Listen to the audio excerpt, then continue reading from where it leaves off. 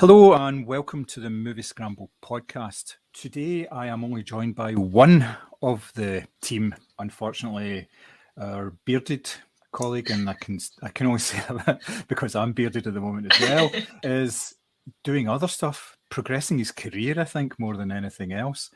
So I am joined by the ever delightful World War II expert, Mary Palmer. Mary, how are you doing? I'm quite clearly not progressing my career. I just like to put that out there. I much prefer watching films and chatting with you guys. No, I'm really good. Really excited to get cracking on another year of podcasts. And obviously, thank you to everyone who listened to us last year. Really appreciate the fact that our listening figures seem to be going up. So excited to entertain you with our usual insight and nonsense in the year ahead. Nice one. Yes, I can only second that. Thank you very much to everybody who listened and got in touch with us on the various mediums like Twitter. We had a pretty decent response from people on there saying that they liked what we were doing. Not many people said what you're doing is really rubbish and I'm never going to listen to you again. So that was quite good as well, obviously. On today's show, we are going to be covering 3 of the more recent releases in the form of the new Matrix film, the new Kingsman film, and the French film Titane. I just looked up the word Titane on Google and that's how I can actually say it properly. I was struggling with it before, but never mind. So we start with the Matrix Resurrections. Obviously, the definitive article is in there. It's not Matrix Resurrections, it's the Matrix Resurrections. It's so easy to forget how much noise the Matrix pumps into your head. Something else makes the same kind of noise. War. It's the 4th film, in some way a surprise 4th film in the Matrix trilogy, which sees the return of Neo and Trinity, and there's various other people in it as well. We're trying not to spoil too much of it. Nobody thought there was going to be a 4th Matrix film. It was pretty much done and dusted. This is a trilogy we're not going to do anymore. And that was 18 years ago. Mm-hmm. Since then, there's always been speculation about it. There's always been the push from the likes of Warner Brothers to try and do some more. But the Wachowskis said, no, I'm not going to do it, until a couple of years ago when Lana Wachowski got in touch with Keanu Reeves and says, I have an idea for how we can take this forward. And that idea formed the basis of the 4th film. Obviously, Mr. Reeves has said on various occasions that he wouldn't want to go back to the franchise because he's pretty much done and dusted and there wasn't really any story to tell. And when there was talk about it getting moved forward without the Wachowskis, he said, nope, I'm not going to get involved. It's not for me. It's their story. It's their baby. They can do it. But here we are. New film, new story, and it's been a bit of a mixed bag, to say the least, in terms of the reception. So the film itself is set present day, or present day in the Matrix, if you like. Neo is Mr. Anderson again. He is working in a software house as a developer. He has been massively successful as the creator of the game called The Matrix, which has been about for a number of years, and that's basically made his name for him. He is revered within the company, but he's miserable, he's fed up.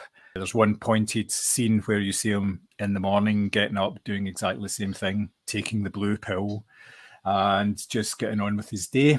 At that point, something strange starts to happen, various elements. Now, I'm being a wee bit circumspect about it because it's kind of a difficult film to talk about without giving away spoilers, but we will try and do our best here.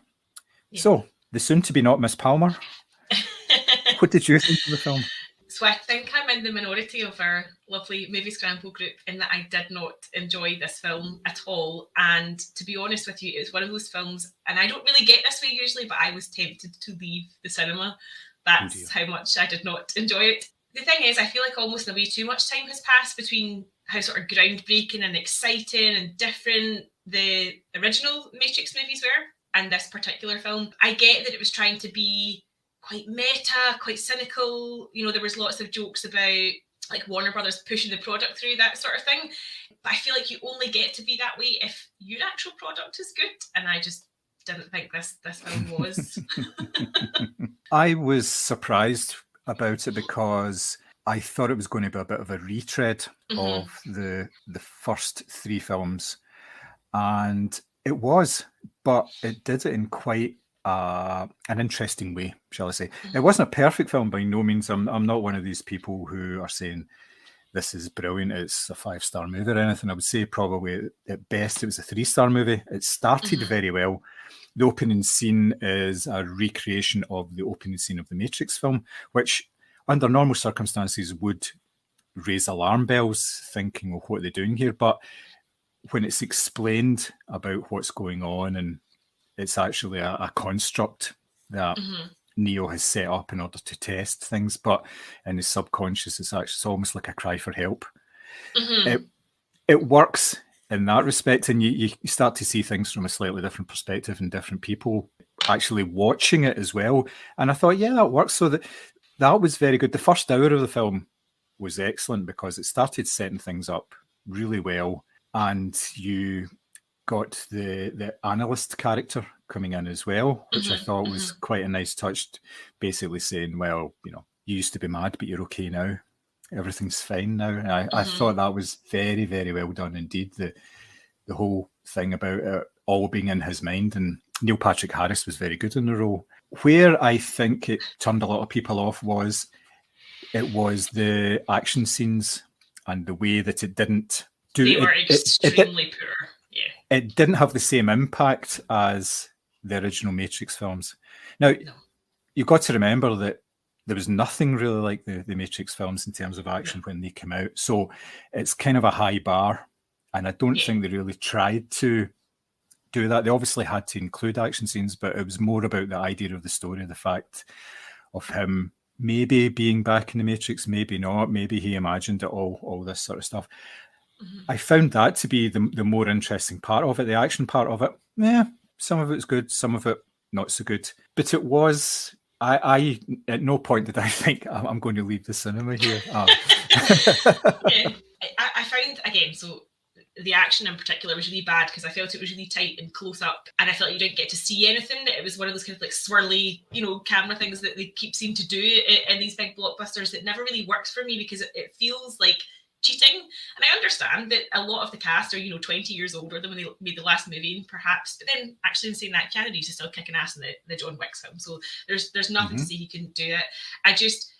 I found the action really poor. I found the a lot of the dialogue was just like exposition, like super heavy. Like it was really, really hammering home what was going to happen, and if you didn't get the metaphor from before, here's another recap of why this could be something else. And then I felt in a way it kind of cheapened my enjoyment of the original film because they just kept blasting, like literally there's a scene where there's a clip from the first movie with Neo and Morpheus like up on the wall like behind the action that's unfolding, and I just thought it feels like a clip show and not a movie in its own right, and I think that's where I really struggled with it.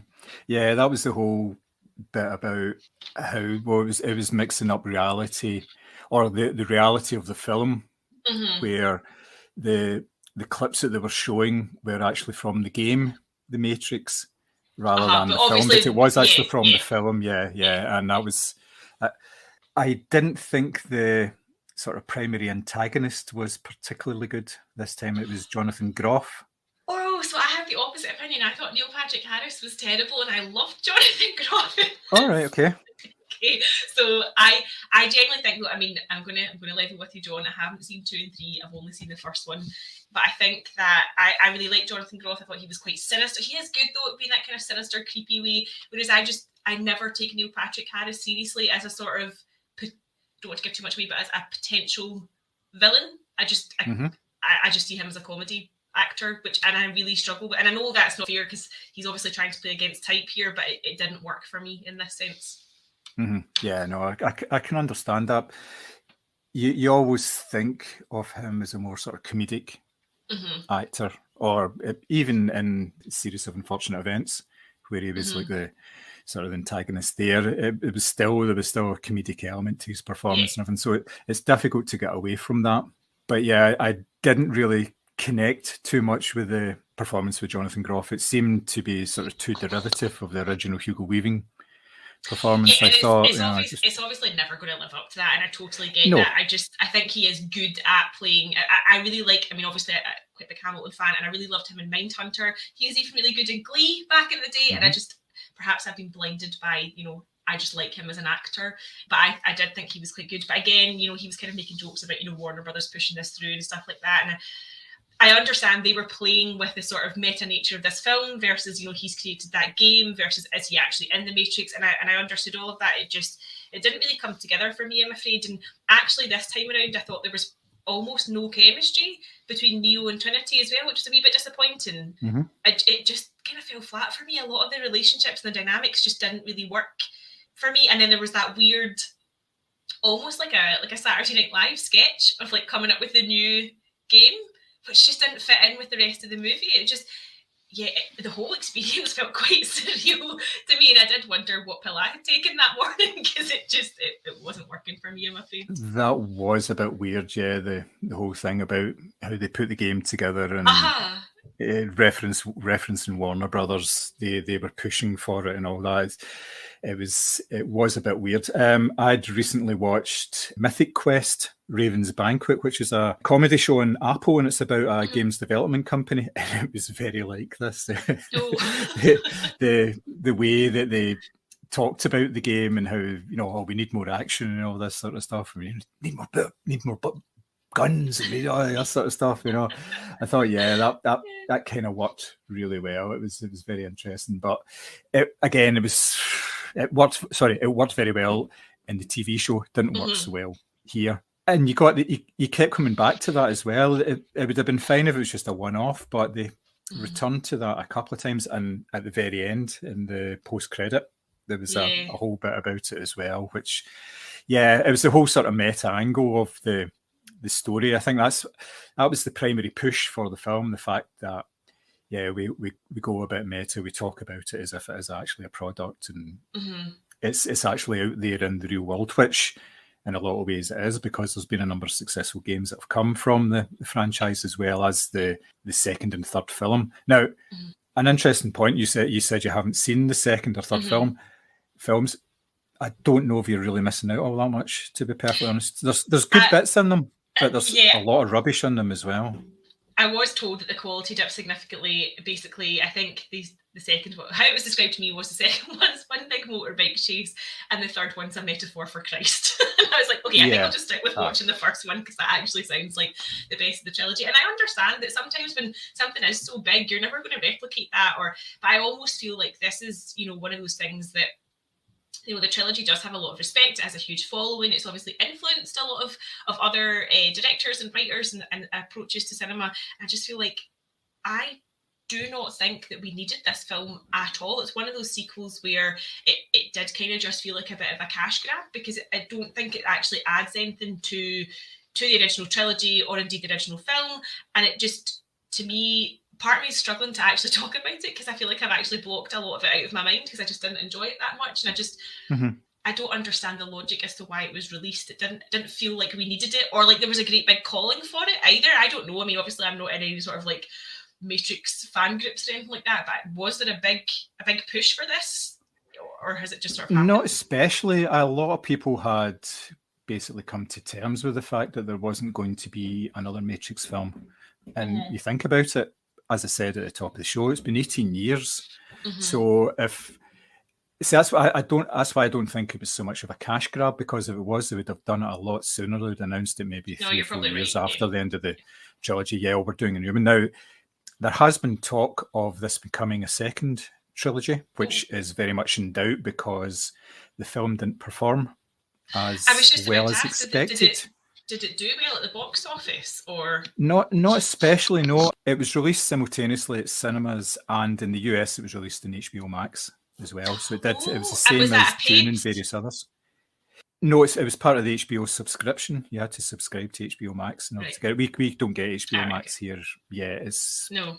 I've got no idea when it's going to be launched. Obviously, we had a brief chat about Peacemaker the other day there as well, so that's in doubt about where and when we'll actually get to see that, because that's an HBO program as well. But Mm-hmm. yeah, so it was released simultaneously, and I believe the numbers were good on HBO Max, Okay. but the cinema numbers weren't as expected internationally. I don't think so. It's very much in doubt. But I mean, it could be taken as just a standalone film. There's obviously possibilities. It's been kind of left open as to where it can go, because there are a number of elements that are still around in the film that could be developed, but whether there's actually an appetite for it, I'm not particularly sure. I mean, you've got to remember that the first film was a critical and commercial success. It was massive. The second and the third films, they weren't announced until after the first film was successful. And at the time, this is just it was a one and done. And then suddenly it became, we've always had a trilogy in mind. And it didn't go down particularly well in terms of like critical reception. In terms of box office, yeah, it did okay, but it didn't do anywhere near as the first film. So I think there was a kind of a tailing off anyway. So there was, it would have been difficult for them to relaunch it maybe like 5 years or so later. And you kind of get the impression that if they were going to relaunch it, it would have been a bit the same. You know, it would have been maybe a bit, I don't know, you know, they might have been retreading more ground than they actually retrod on this one. And you would have got characters coming back that perhaps maybe shouldn't have and all that. So speaking of which, there was one notable absentee from the cast in terms of Morpheus. There's no Lawrence Fishburne. Do you think the film was worse for the fact that he wasn't in it? Yeah, I mean, I think the thing is, again, so as I said, I've only ever seen the first one, but these characters are so iconic, and you know, there's like a million Lawrence Fishburne memes from The Matrix and stuff like that. He's so intrinsically connected with that role that it did feel a bit strained. I mean, I know there was clips of him throughout, and in that sense, I almost think that if you'd never seen a Matrix movie, you could probably quite comfortably go and see this film, and there would be no issues. You wouldn't feel like you were not understanding, not keeping up. But it was a big lack from the sense that he's hugely iconic in that role. And I was kind of hoping at some point maybe he'd appear maybe post-credits or something even like that, and there was just nothing. So I was quite surprised. And I don't know if that's a studio decision or an actor's decision, but it did feel like there was a distinct lack there. Yeah, it was missed. I mean, it would have been difficult for him to come back and be an action star. Because Mr. Fishburne, no offense to him, I know he listens to us regularly, but yeah, I'm sure. Well, I'm sure he stalks me, but I don't want to say anything. You know, I wouldn't like to say. But Yahya Abdul-Mateen came in, and I loved him. Candyman, by the way, really loved. Yes, oh yeah, absolutely brilliant. But I thought he was poor in this. He was a touch, yes, because he was doing impersonation of the character rather than making it his own, like using the essence of the character, which he could kind of easily got away with. Yeah, it wasn't quite the same, unfortunately, which is a bit of a pity.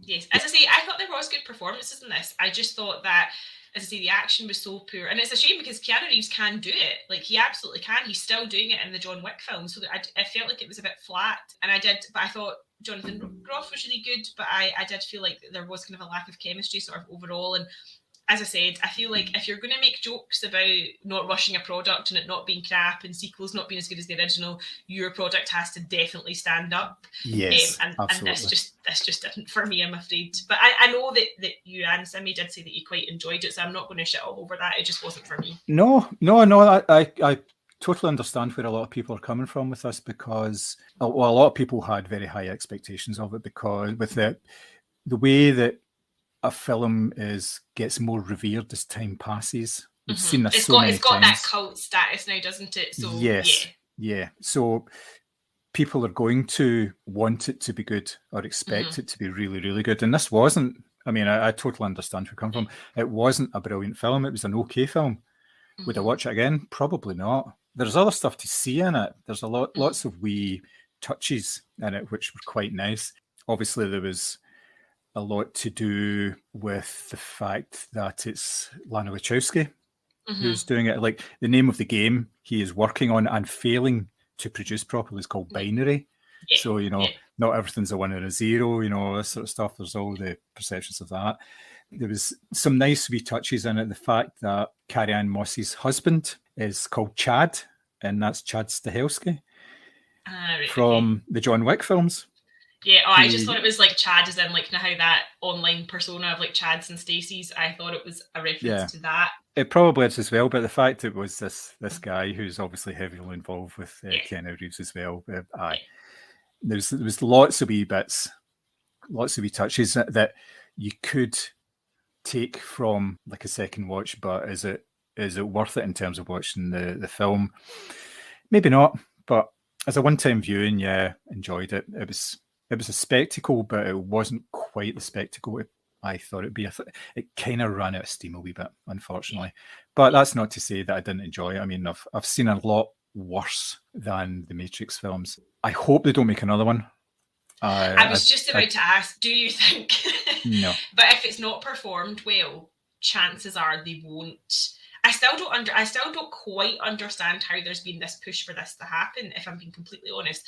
But I'm kind of hoping that if it's performed poorly, then they won't. Because I just feel like the more you keep going, like I even felt like to a certain extent, Keanu Reeves, like his acting was quite like he's acted checked out in this, and I get that his character was to a certain extent, but there was none of that sort of sense of like urgency that he maybe possessed in the original film, and I don't know, it just felt just a bit flat for me, I think. And a lot of the stuff that they did deliver, like their commentary on like gender politics and stuff like that, which would have been interesting had it been like subtle and nuanced, but it wasn't. It was literally smacking you over the head with, you know, she was like, did I make a mistake? Did society just tell me I wanted to be a mother? And she was having this sort of feminist crisis or whatever, but it just wasn't subtle enough for me. I think I'd been on a run of films where I felt like the narrative and the direction and all that was films for stupid people, and this kind of continued that. It didn't actually allow you to think, and I think that's what, because the first film is obviously the only one I've seen, was really challenging, it really stimulated you, it got you talking, it got you thinking, and this didn't do that for me. And I just thought, it's a shame, because I would have really liked the chance to think about things, but you didn't get that because it was all very unsubtle.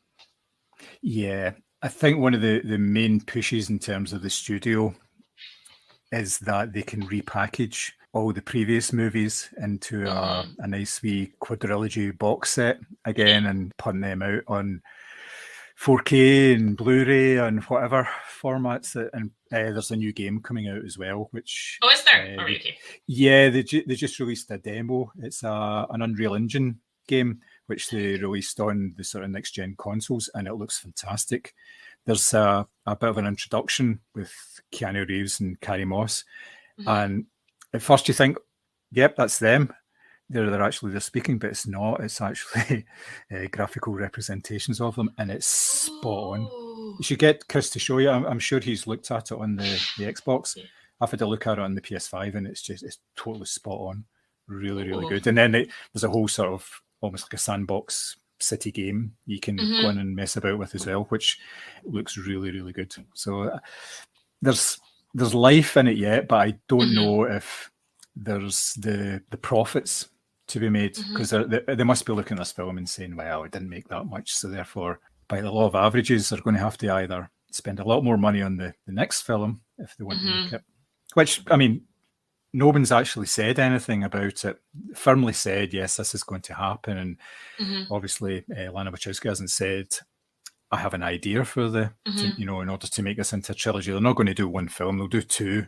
You know, if you're going to do anything, you do a trilogy. You don't just do like a fifth film. So what would you call that? 5, Pete? I don't know. I know, I was trying to work out what's the equivalent for 5. I don't know.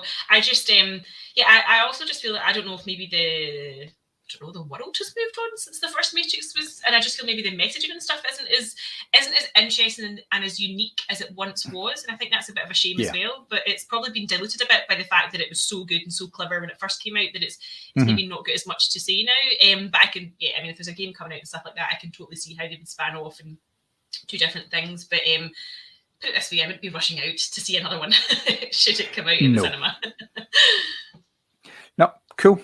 Right, so bit of a mixed response there for Matrix Resurrections, which, to be fair, kind of mirrors the way that most of the public has actually seen it as well. So And let's face it, like you said, with your run of movies for stupid people, I think that's got a lot to do with the fact that we're seeing an awful lot of blockbusters that have been delayed. You would normally see them all during the summer months, but they just seem to be expanded out. So, yeah, there has been a few dumb movies out there, and that's not a bad thing sometimes. But sometimes, no, I mean the thing is, I do like a dumb movie. Like, I mean, you know, give me a big glossy action flick that's just mindless, and I'm okay with it. I mean, I like that last Rambo, which Simi absolutely savaged, and I don't mind it because it's just switch your brain off. But I felt like when it's trying to be clever but not delivering, there's a big difference between that and a film that's just encouraging you to not think, whereas this I felt like was trying to be provocative but never quite delivered. So like I said, I wouldn't rush out and see another one if it were to come out at the cinema.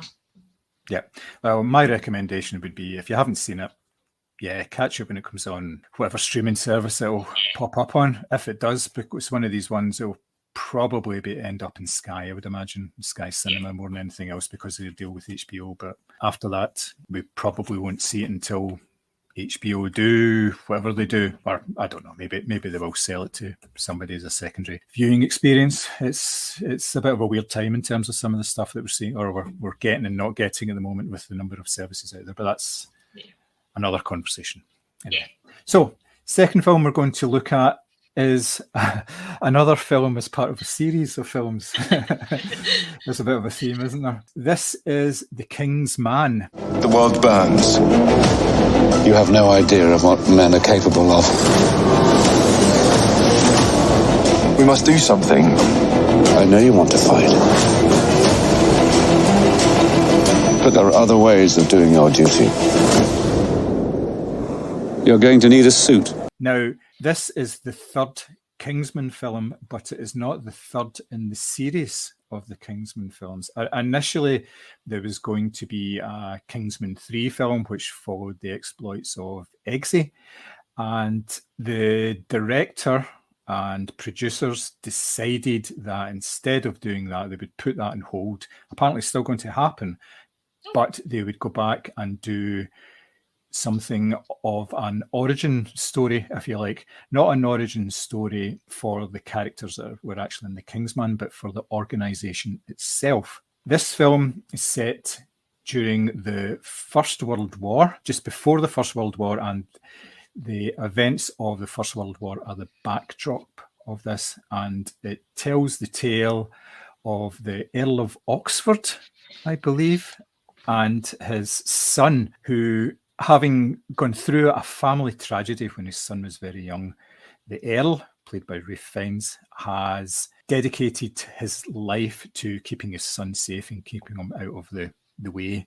Now, obviously, any student of history will know that it was quite a torrid time in terms of conflict and warfare, and lots of young men were only too willing to sign in the dotted line and put their life on the line for king and country, which is the case here. This was a bit of a weird film.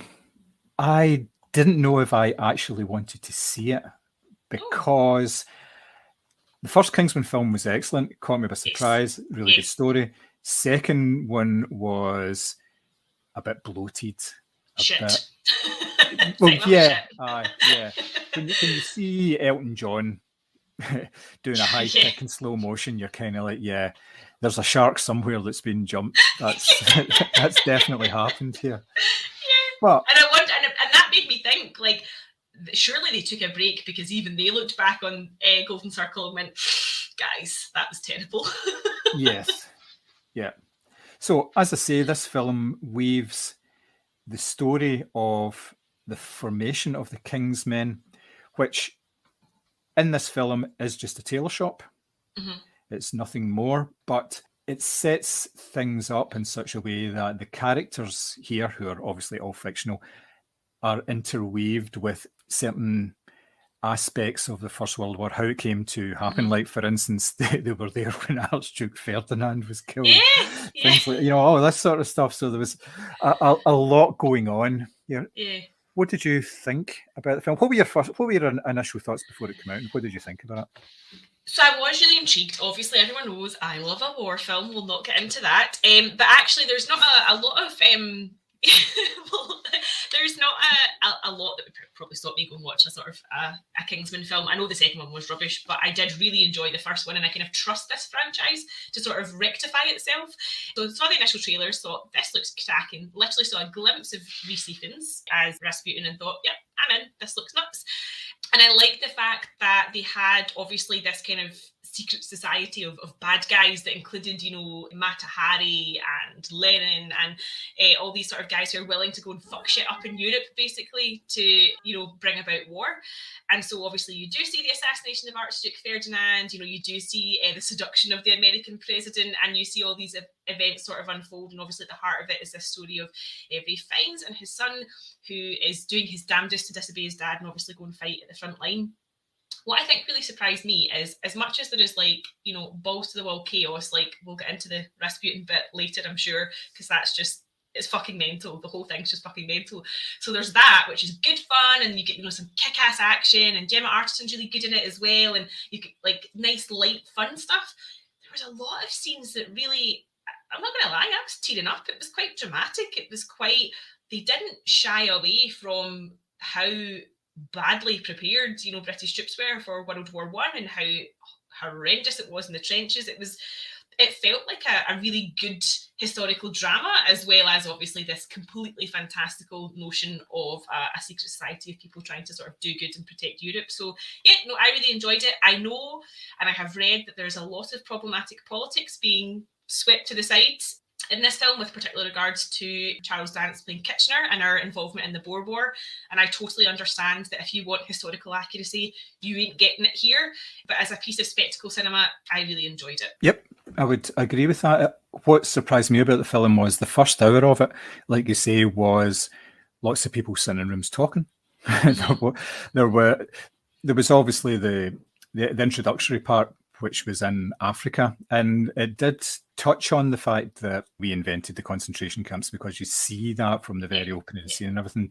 It at least acknowledged things that were actually going on at the time. Yeah, and I don't think the Kitchener character was really redeemed in any way. They didn't make him out to be a nice guy. He was a general. He was a soldier. So he did what he needed to do for, like I've said before, for king and country. That's what it was all about.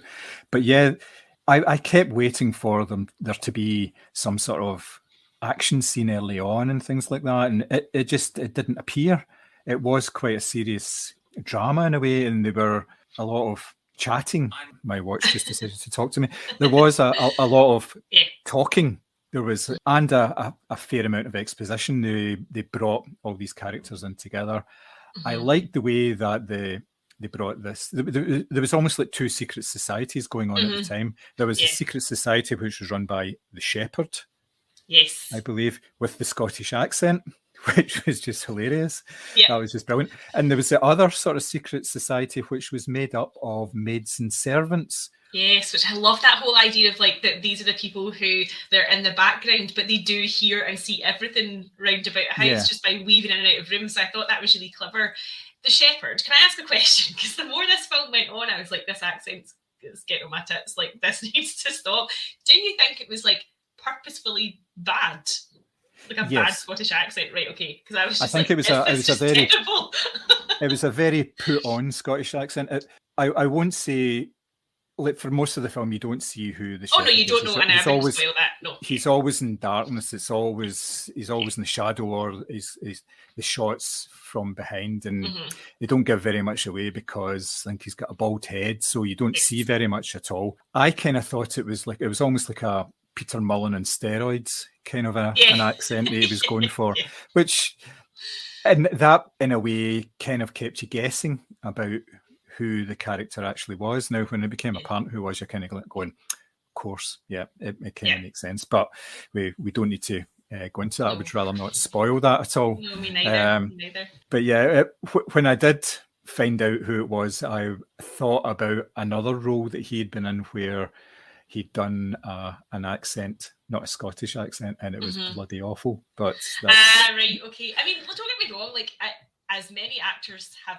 tried and failed, a generic Scottish accent is obviously quite hard. But I just couldn't work out if it was supposed to be, because obviously when we look at Rhys Ifans and his ridiculous Russian accent that he's got is obviously really over Yeah. the top. Like he's practically purring like with everything that he says. But I must admit, I know it's obviously it's chaotic, but I loved him, and the scene between him and Ray Fiennes in that drawing room, I was dying of secondhand embarrassment. Like it was so good. And then obviously he does this big kind of fight scene, and they worked sort of like Cossack dancing and ballet into the, I mean, it really was crazy. There was so much of it though that was so over the top and really, but then it just sort of brought you back in again, where they did have this sort of World War One narrative that you were just like, you were seeing, you know, young boys going up and over, and you were just like, oh, it was really a film of two quite distinct tones, and yet they somehow worked really well together. Yeah, there was an awful lot of stiff upper lip Englishness in it, and I think in order to counter that, so it wasn't like a totally serious drama, they had this cast of baddies who were all pretty much over the top. They were all really hamming it up in their own particular ways. Like Mata Hari, for instance, that was a very good role, you know. But yeah, Rasputin, he was eating scenery every time he was on screen. It was fantastic. Like not in a bad way. Like it was. So no. And you've got him. I mean, I genuinely to this day would love to have like a wee behind the scenes, because Ray Fiennes is obviously, he's very good at that sort of very British, very classy, you know, gentleman, and he's like, his face is just very still. While Reese Ethans is shoving an entire cake in his mouth, and it's all down his beard, and then obviously he's like feeling him up and licking his leg, and I was like, how did those two actors film those scenes? Because they were nuts, absolutely nuts. On that, it was obviously there's a big action scene, like you mentioned, between the two of them. Ray Fiennes, he's still got moves. Do you know why? Because he practices naked yoga. Well, I wouldn't be embarrassed then if somebody's licking his leg, I would imagine. I think he'd be quite okay with that. Do you not know this story? No. So there's a story that there was a woman, an actor, a fellow actor that he really wanted to impress. And so I don't know how accurate this is, but apparently he broke into her apartment and was standing on his head practicing naked yoga for her coming home to basically show her, you know, this is what you could get, sort of thing. So apparently he is super fit, super into his yoga and health and well-being. And yet it shows. I mean, he was kicking ass extremely well in this film. I thought he was actually quite a surprising action star. And I thought, please don't go down the route of doing that, like, you know, Liam Neeson, I'm in my 50s and now I'm only taking action roles type of thing. But he was very convincing, really impressive, yeah. Oh, it really was, because I mean, if you think about the last time that we saw him in a role, it was the Bond film. And there he was like a broken down M character. He had a bit of a podge about him, and he was very slow and obviously drinking and everything. It was like total transformation. I was really, really surprised. It was nice to see a contrast here with the action scenes compared to the action scenes in The Matrix, because I like to say the Matrix ones are quite close up. You didn't get a sense of what was going on at times, but here it was all very clear. It was all mid shots. You saw exactly what was happening. Obviously, there was a wee bit of CG trickery, especially with the Cossack moves and stuff, but you could see it was actually the actors that were doing it, and they were fully on board, and they'd obviously trained a hell of a lot in order to do this. So it was impressive. That's one thing you can rely on really with the Kingsman films. They do action very, very well. It's not been very many really rubbishy action scenes in it.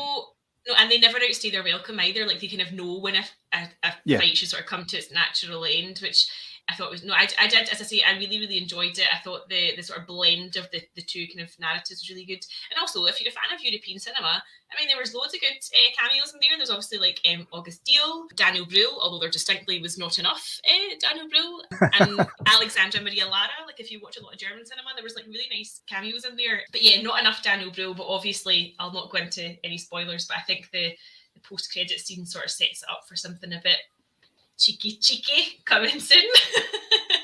I knew that was going to happen. Did you? I didn't guess that at all. I didn't have an inkling of it. It was about 3/4 of the way through where I think there was a scene where something had gone wrong for the bad guys, and I thought, I know what's going to happen at the very end of this, what the post-credit scene is going to be. I knew exactly what it. Oh yeah. I wasn't disappointed with it. I was kind of thinking, well, that kind of works. That works really well. I'm quite quite pleased about all that.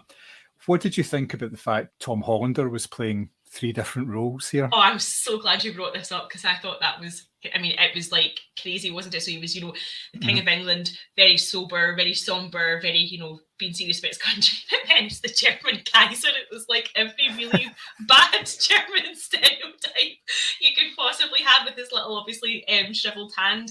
I guess as the Russian Tsar, he didn't really have too much to do, obviously, although you know how that story ends as well, and you kind of felt that sense of foreboding that was coming, because he was obviously a family man in the grips of a sort of, you know, cult, obviously, of personality with Rasputin by his side. But I thought the contrast in the performances, particularly while he was playing the Kaiser, was absolutely hysterical. I mean, it was every bad stereotype you could think of, with a really, again, terrible, over the top German accent, and it was obviously not a funny situation, but really funny how he did it. I thought he was great. I don't know if it was a reaction to recent events in cinema, but it was nice to see Gemma Arterton in such a prominent role.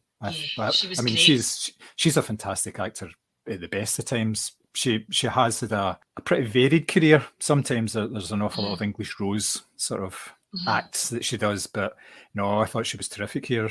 Brilliant. Principally as the nanny, but obviously the role was so much more than just that. It wasn't just like a sort of a token role. Yeah. She was there for most of the film, and she more than acquitted herself. But I do think that was a reaction to the fact that the previous 2 Kingsman films were sort of male dominated. Yes, there were female characters in it, but it was all about the white men. Oh, absolutely. And they were very much the female characters. I mean, like I said, I love the Kingsman films, but I understand that they're problematic in the sense that the female characters are very much there to look at as opposed to participate. So I thought her character was a breath of fresh air. You know, she was no nonsense, and I really enjoyed that. And I loved the chemistry between her and Timon Honsu as well, who, again, I really like, and never seems to get, he's got a bit of the John Bernthal's about him. He never seems to get 5 minutes in a film without getting killed off. So I was really glad to see him and actually see a little bit more of him throughout the film. I thought the dynamic between the 2 of them, in contrast to Ralph Fiennes, was really good, because they were people who had real life experience. You know, they were perhaps what you would call back then, you know, working class or whatever, and they were just not up for taking any shit. They were loyal, and they were, you know, good at their jobs, but equally they had their own sort of stuff going on as well, which I liked. They weren't just secondary characters. Yeah, it was interesting, the fact that they were so prominent. There was lots of wee details in it that called back to the Kingsman. You didn't have to have seen the other films in order to watch this or get anything from it. But if you had seen it, there were a lot of things that kind of called back to it. Oxford's not rogues, for instance, because he was the Earl of Oxford, and the whole use of the shop, and the way that they used the Knights of the Round Table and all this sort of stuff. So there was lots of wee bits. I'm sure there was far more than I actually picked up on, but I thought that was nice, but without being overpowering. There wasn't too many of them. There was a character who was introduced, but not, and it was really weird. He was introduced about halfway through the film, but you didn't really see him. The Archie character, who was the soldier, who did the swap, and that was Aaron Taylor Johnson. And it's like, do you know, what? I sat the whole film going, I know that guy's face. I know that it was one of those ones. And then when the name went up at the credits, I was like, oh, that's who that was. Yeah. Because he sounded slightly Scottish as well. And I don't think he did, is. yes. Oh, no, he's not Scottish. No. So yeah, it was one of those ones where every time I saw him, not to distract too much in the film, but I was like, oh, who are you? I know I've seen you in something, but I could think of the name. But yeah, that was quite pleasant to see. He was again, really good, actually, in the small part that he had. It was good. Yeah, I think that may be something for the future in terms of this. Yes, I was wondering, yes. Right, so where we're at I mean, this is giving no surprises away whatsoever. It's not a spoiler or anything, because it's the origin stories of the Kingsman organisation. And in a way, it's the origin, well, it touches on the American version of it as well, because the American president always asks for a statesman. The Bourbon, which is the Bourbon, and that's obviously the organisation. So they were obviously kicking about at the same time. So, so as I say, the organisation is formed. So do you think they will continue from here with this type of historical film in sort of parallel to the sort of the current day ones? Do you think that there's room for that? I hope they do, because there is room. You could quite easily watch this film and never have seen the other two films. Like it definitely works. As you say, there's lots of little nods and touches that you can pick up on if you've seen the films, but if you haven't, it's not going to make a difference to how much you're going to enjoy it. I feel like there's a couple of things in this film that really sets up another movie, and I would really love if they did, because I got a lot of enjoyment out of this. And to be honest with you, because I didn't really like the Golden Circle that much, I prefer to get a sequel to this first rather than a third Kingsman or other Kingsman film set in the present day, because I got a lot of enjoyment out of this. But I think the two franchises could work concurrently. I think they could work together. I don't think there's any sort of reason why not. But yeah, no, I would definitely love to see that. Yeah, I think so too. I think it would be very good. There's a lot of history for them to cover to come up to the present day. Yeah. Mostly involving warfare. So there's I mean, if you look at it, because the film ends and it's around about 1918, 1919, I think. So you have everything from the 1920s, the Great Depression, the Second World War, and then everything after that, Suez Crisis, Cold War, you know. It could go on for years.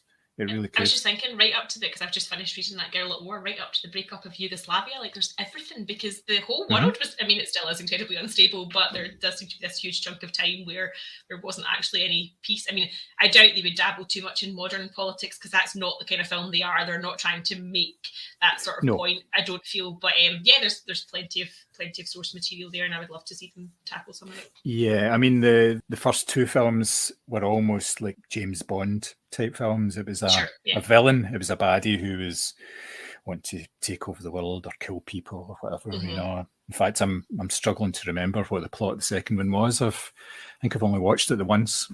I don't think I've ever gone back and seen it again. I've seen the first one a couple of times now, but the second one, I know they team up with the states, obviously, and I think it's to defeat a third party villain. But actually, you're right, the details of that are quite hazy, because I have only seen it once because I just didn't like it. Yeah. All I remember is whoever it is, they abducted Elton John. You know, and you're thinking the Elton John thing's a clanger. That's really bad. Yeah, that's because of the whole Rocket Man thing, because he was involved in all that, and Matthew Vaughn. So in exchange for making Rocket Man, he got a part in Golden Circle? I think it's because he was involved in all that at the time, yeah. And they says, you know, you should do a wee cameo here. And then when they did it, they said, maybe we should extend it, maybe make it a bit bigger. Yeah. Anyway. I don't know what would possess you. It's like done now. I mean, but I feel like it's like when David Beckham popped up in that King Arthur, it really fucking takes you out of it, because you're like, oh, that's David Beckham. I remember that. That was so. It's so good, and funny. It's shit as well. It's shit. Like, so it's it takes you out of it, and I think that's like, again, it's one of these things of when it's done right, it really works. But that was not an example of it being done right. However, The Kingsman, I will wholeheartedly recommend. I don't know if it's still in the cinema, but it's definitely worth a watch.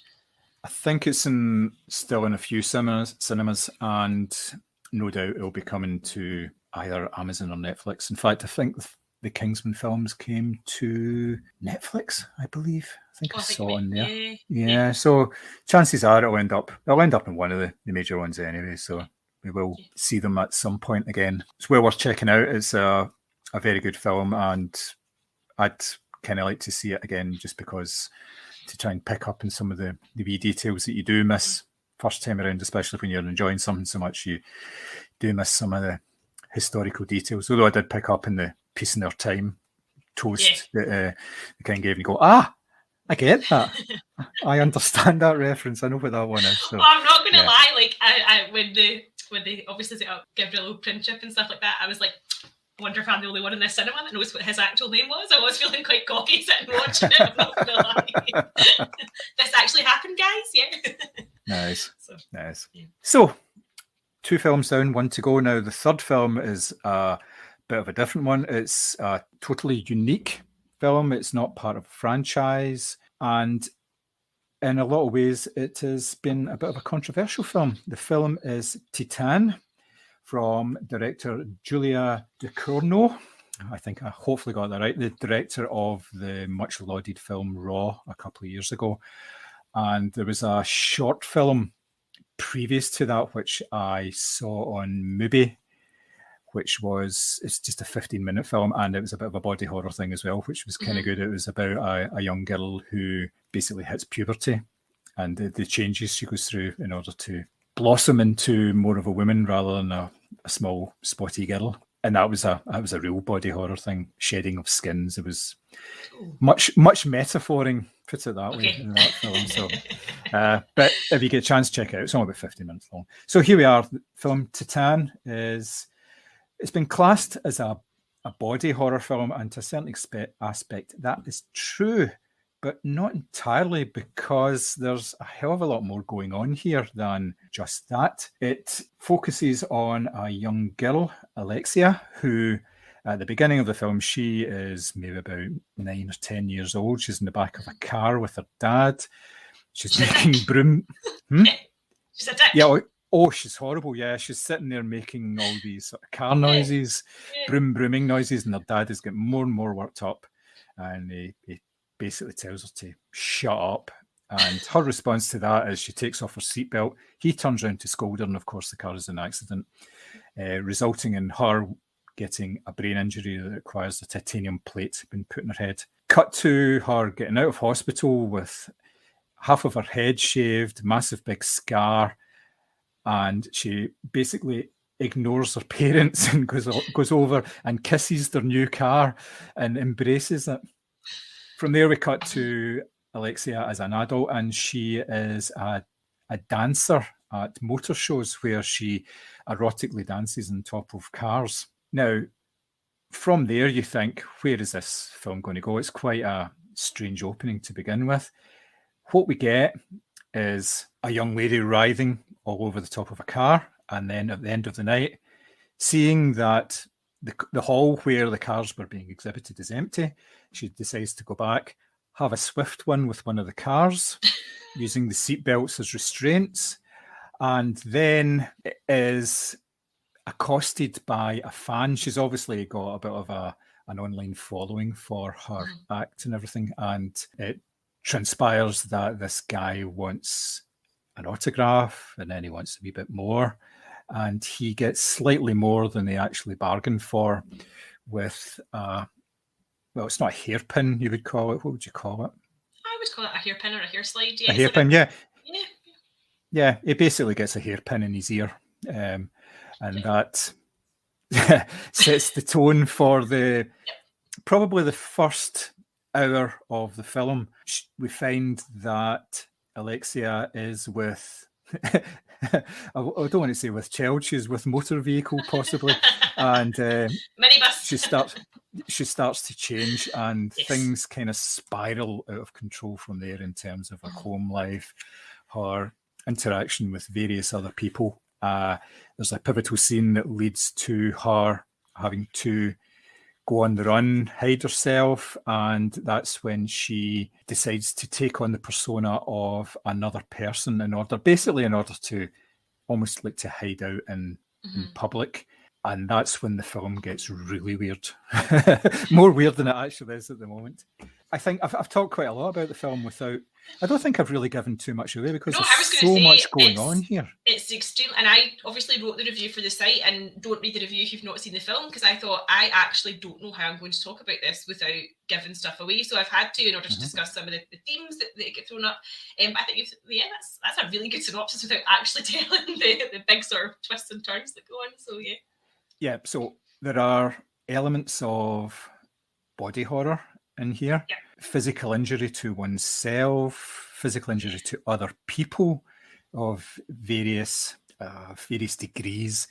And the body horror doesn't just, it's not done for titillation purposes. There's a lot of like toxic masculinity involved. There is a real theme here about sense of belonging, of, the need for family, the need for interaction, the need for closure, need for belonging. You can go pretty deep with this film, or you can just look on it as a sort of David Cronenberg style body horror film, which again, these films are all deep. They're more than just the surface elements. But I think what's initially sold it was the surface elements and people fainting and cinema screens and all that. And I initially thought it would be like that, but I ended up thinking this is a lot more. And it's better for the fact that it's a lot more than just the body horror aspect of it. What about yourself? I mean, I must admit, I was quite harsh on it in my review because I loved Raw. I thought Raw was an excellent film, really enjoyed it, really loved the body horror in that as well. And don't get me wrong, I think the body horror elements of this are really, really well executed. But I think so I did the same thing. I saw that people were fainting, walking out in disgust. Oh, it was terrible. I genuinely think that anyone who has read or written a review of this film so far has only seen the first half hour and then it's fucked off, because it becomes a completely different film. And you're right, it's about belonging, it's about identity, it's about self. And I thought that obviously the first half hour is, to quote a semi phrase, it's balls to the wall crazy. I mean, she's literally having sex with a car, so do with that what you will. It's really crazy, and it kind of goes off on one tangent and then throws you off another. And I found it a little bit disorientating and a little bit hard to get into, and perhaps that's the point. But yeah, there's a whole big sort of quite nicely done sort of storyline about, as you say, identity and self and belonging, and the body horror is not, as you say, it's not for titillation. It's really, really well done. I just found that I would say maybe around the sort of 2/3 mark, it got a little bit lost for me, and I felt it fell a bit flat. But for something, if you're looking for something that's not a mundane blockbuster and you want something challenging and different and exciting, this is definitely a film worth watching. And again, I believe the actor that plays Alexia, this is her sort of debut role. Which, if that is the case, that's hugely impressive, because there's an enormous demand on her to physically change herself quite substantially at various points throughout the film. And I do think that Julia Ducournau is an interesting director. I think she's got something to say. I definitely think she's got a lot of interesting narratives that she wants to explore. I just didn't think this was as good as Raw, but I did still enjoy it. It got a little bit flat for me and a little bit muddled, as I say, around the 2/3 mark. But if you want to watch something that's challenging and different, I do recommend it from that perspective, because you watch the first half hour and you're just like, what the fuck is this? It really is so wild. Yeah, it doesn't maintain that sort of high octane level of weird. It does sort of fall into sort of different kind of pattern, different rhythm. Yeah, I was probably a wee bit harsh in my review, because on reflection, I think actually that was quite a challenging piece of cinema, and I did quite enjoy it. Yeah, I think the lull was necessary, because the sort of the first act of it was so full on. There was so much going on, so much to process in it, that if it kept going at that sort of pace, you would have you might have lost interest a wee bit toward, like, for the sort of the ending for the final act. The shock value would have worn off. It absolutely would. As I say, I did think that the lead actress, I'm going to probably butcher her name, Agathe Roussel, I thought she was excellent, and I thought that she really carried the whole film as well, because again, it's quite a challenging central role. She's, as I say, she's got to sort of physically change herself quite a lot. The one thing that did keep me out was the sort of dynamic between her and Vincent Lindon's character. I couldn't quite work out where that was ever going, but I found their performances very interesting. Like I said, it is a challenging film, and I think if you want to watch actors doing something a bit different and a bit weird and a bit crazy, this is definitely a good example of that. Yeah, he was particularly good, because he had obviously suffered a loss, and it had affected him for basically, you're probably talking about, it was about 15 years or something, wasn't it? Yeah, I think that was it. Yeah. And that, coupled with the fact that he was like an alpha male, he's a firefighter who was in charge of the sort of the whole team, and he was getting older, and he was finding it more and more difficult to maintain this sort of masculine, macho sort of persona, which in a lot of ways wasn't what he was like. No. Like in his sort of personal life. And that could have been a bit of a caricature. They could have made him a sort of an extreme in his personal life as well, going the other way, doing something like really what would be regarded as weird for a sort of straight white male, but they didn't do that. I thought it was very sort of gentle, the way they sort of treated his character, because it could have been a lot more obvious and blatant, but that's not what the film is about at all. It was all about the sort of subtleties and the nuances. The initial the performance, as you say, is it Agatha? I know. I feel I've yeah, butchered Agatha. yeah. I'm really sorry if you are listening. No, yeah. She meets up with Lawrence Fishburne all the time, That's what I so was I'm sure thinking. they He's listen probably going to together. Yeah, recommend. I know. yeah. I thought she was particularly good because she has a very sort of unique look about her, and she was able to pass for both a woman, which she obviously is, but she was able to pass as a man as well. When I mean, Yeah, quite that's androgynous. all. Yeah.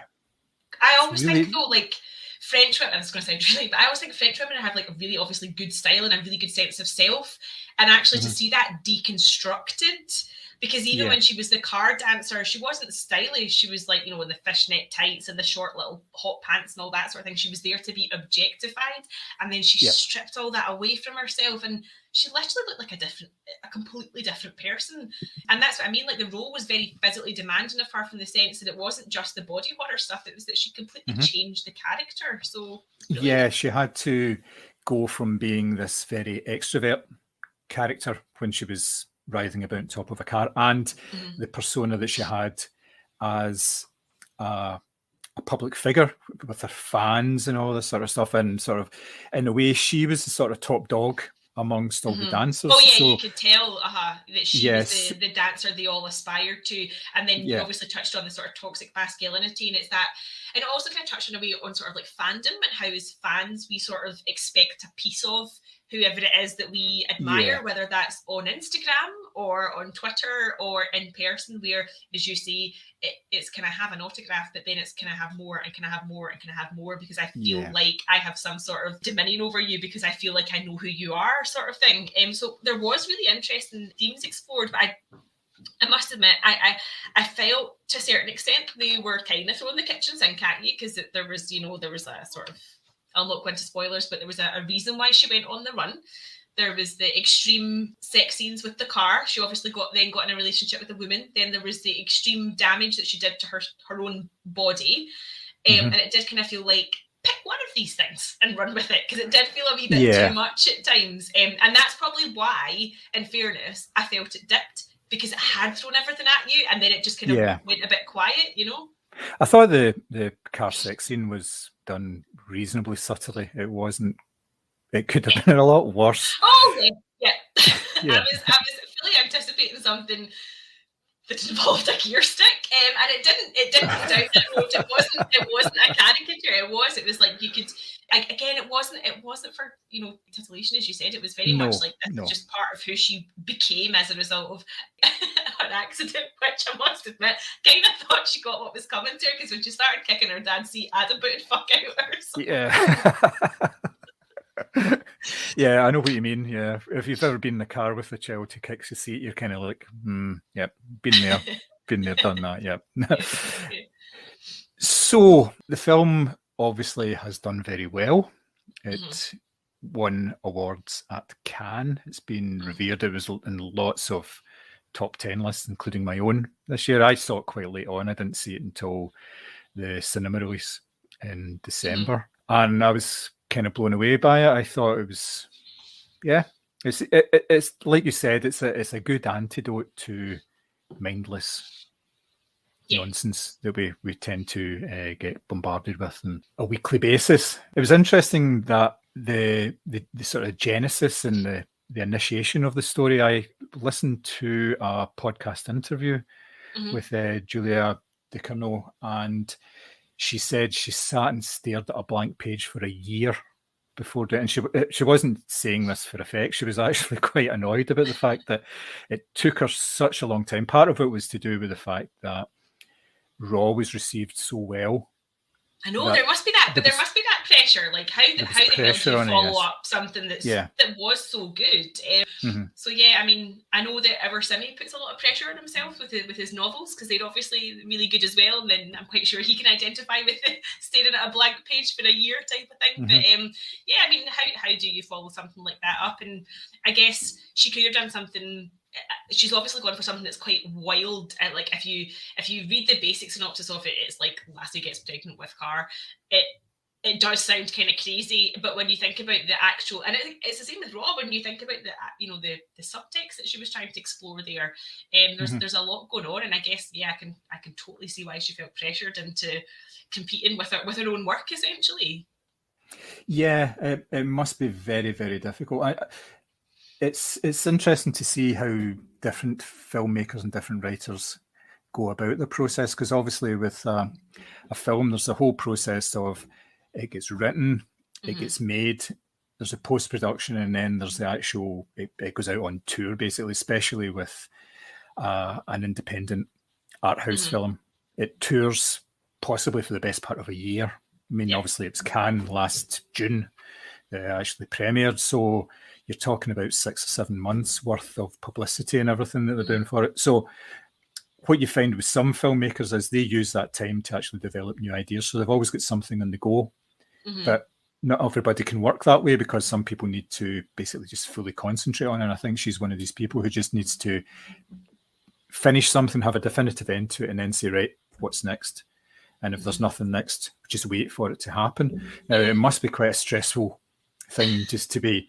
I know myself, sitting looking at a blank page is not the easiest of things. How to start. That's what I always find with reviews when I actually get around to doing them, is it's the first paragraph. If I can get the first paragraph done, then everything else flows from that, but I need to have the introduction. So not that I'm saying I'm, in the same sort of league as anybody else that does these kind of But things. this is the thing, it's totally anyone who writes, whether that's as a hobby, a career, or whatever, anyone who writes can totally identify with that first thing of like, if I could just get this first paragraph down, I feel like the rest of it would just flow. And that's obviously how she's felt about this, and fair play to her for actually not rushing something out, because like what we touched on the Matrix sort of thing earlier, like fair play to her for not maybe giving in to the pressure of like, we'll pay you X amount if you do this, or if you rush something out. She's obviously taken her time and decided to do exactly what she wants to do, because she is the writer and director, so she obviously takes full ownership of that process, and fair play to her for taking the time. Yeah, totally. So I take it would you recommend this, based on, obviously you reviewed it and you said yourself you were quite critical of it, and the fact that I was, but do you know what? I don't think it's a bad thing to be critical of films that you actually quite like, though. I think that's okay to say, I did like this, but here are kind of where it fell down for me a little bit. I would recommend it, as I say, if you want a break from the Matrix and anything else that comes out that feels relatively mind-numbing. This is something that's going to challenge you. It's going to challenge you to think. It's a challenging watch at times because of the body elements of it. And it's just something different. I mean, I think the Cronenberg comparisons are just people who haven't seen any other films, because it's the most obvious reference to make. I think if you go in and just sort of go in in a blank slate, I think you will take something from it, and I think everyone will take different things from it, and I think that's one of that will be the keys to success, because you can take different narratives from it. Some people are focused on the gender politics, some people are talking about identity in the self. There's a lot going on, is the bottom line. No, definitely, yes. I would recommend it. Like you say, it's a challenge, but sometimes you need that. You need to stick with something and watch it, see it all the way through. There's enough there to want you to watch the rest of the film. Even when it does dip. It definitely does dip. It definitely does get quieter for about maybe 20 minutes or so in the middle of the film. But again, that's not a bad thing, because it does a wee bit of exposition, and it gives you a wee bit of background to some of the characters, and it sort of sets up the final act as well, which is always a good thing. I had a quick look there. The short film that she did in 2011 was called Junior. It had the same actor who was in Raw, one of the female leads. Oh, of course, she appears in this as well, as one of the dancers, so she kind of pops up in that as well. Maybe that's an actor-director relationship that they enjoy. So Yep, I think it probably is. Yeah. So there we go. That's our podcast for today. Something a wee bit different. We're trying various different formats just to mix it up a bit, see what works for us and what doesn't. So as I say, this time it was just quick review, no top 3 or anything, but we will get back to those as we go on. The challenge we're having at the moment is actually trying to get everybody into a virtual room together in order to do these things, because apart from myself, there are 2 other very busy people at the moment, which is a good thing. It's good to be busy, so we shall endeavour to keep things going. I have for a our few loyal ideas. fan. Yeah, for a loyal fan, yeah. He's not a very demanding loyal fan, but he is still a loyal fan. So yeah, we'll as I say, we'll continue to put stuff out there and see what sticks, see what works for us, and see what works for everybody else. But obviously, quite happy to continue. We've been doing this for quite some time now. We're very close to having 50 official episodes and almost 100 in total, with you take into consideration the little bonus. Yeah, all the wee extra stuff as well. I've had a few ideas about adding to the bonus stuff as well, so we'll get some hopefully more content out there if I can get my arse in gear and actually get things edited in a more timely manner, which certainly hope so. You can find us all the normal places on the various social medias: Twitter, Facebook, Instagram. OnlyFans. You really don't want to see our OnlyFans page. It's only just me. I'm the star of the show there, and it's very niche, put it that way. Yeah. I've heard it's really art house. yeah. There's a whole turtle in hair theme going on there, and you can guess which one I'm going to be. We made it. What was it? We made it an hour and 38 minutes before the smut kicked in. So I think that actually might be a record, which means it's Simmy that's the problem, it's not Simmy. me. Oh yeah. It's always him. Yeah, barging in me's manly hardness. You know what it's like. But now that you've started, that's it. I know that's it. Everything's fair game. So, as I say, get us at Moviescramble anywhere that you get your social medias. We are obviously available on iTunes and Spotify and pretty much everywhere else that you pick up podcasts. Again, just look for Moviescramble. If you want to send us an email, we are at podcast@moviescramble.co.uk. It's coming up to the 18-month anniversary of us actually last receiving an email, but never mind. It's not, is it? It's not far off it, yeah. Apart from the test ones that I make just to make sure the account's still active. So, but if you do want to get in touch with us, if you've got anything that you think we would be interested in covering, we're always open to giving you things to watch. If you are a new filmmaker and you want us to take a look at your stuff, we absolutely do a interview, do a review. Yeah. We've done that in the past. We're happy to do that again. One of the aims of the podcast, the site, especially when it was set up, was to try and highlight local and new and emerging talent if possible. There's an awful lot of it out there, and a lot of it is excellent stuff. So if you do have something, please, you know where to get us. We're very easily found. And I think that's it for today. So from myself, cheerio, and I shall see you next time. I will see you guys soon. Thank you so much for tuning in. And hopefully in next year's Spotify Wrapped, it's not just me that has Moviescramble in their top 5 podcasts. Yeah, that'd be nice.